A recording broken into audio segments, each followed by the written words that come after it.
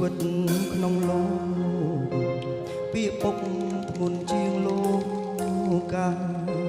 ពុកជាអ្នកផ្ដល់សង្ខារគ្មានអ្នកណាស្មើពុកខ្ញុំឡើយពុកគឺជាព្រះនាំកូនហើយឆ្លងរងត្រង់ទោះបីនឿយហត់ក៏ដោយពុកតែឆ្លើយញញឹមជានិច្ចពុកជាអ្នកត្រដរួចចិញ្ចឹមកូនជីវិតរស័តដូចក្បូនកាយស្របូនញើសស្រោចកាយក្រោមកងដៅថ្លៃគុំឡាំងបដូរយកដូចឡា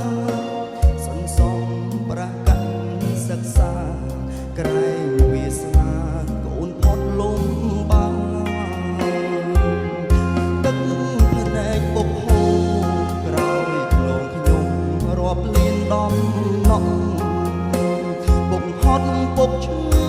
ពុកសងតែទ្រាំរួមដើម្បីកូនថ្លៃពុកមានជីវិតតែដូចទេស្គរផែនដីពុកអើយមិនដេចអាយុខ្លីមិនដេចមិនស្ដី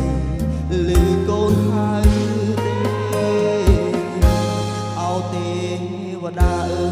យហេតុអ្វីមិនប្រណីខ្ញុំពីមុនមានពុកជួបជុំពេលនេះខ្ញុំបាត់ពុកហើយសល់ត្រឹមរូបថតកូនហៅពុកលែងតបឆ្លើយជីវិតកូនរងបាត់ត្រា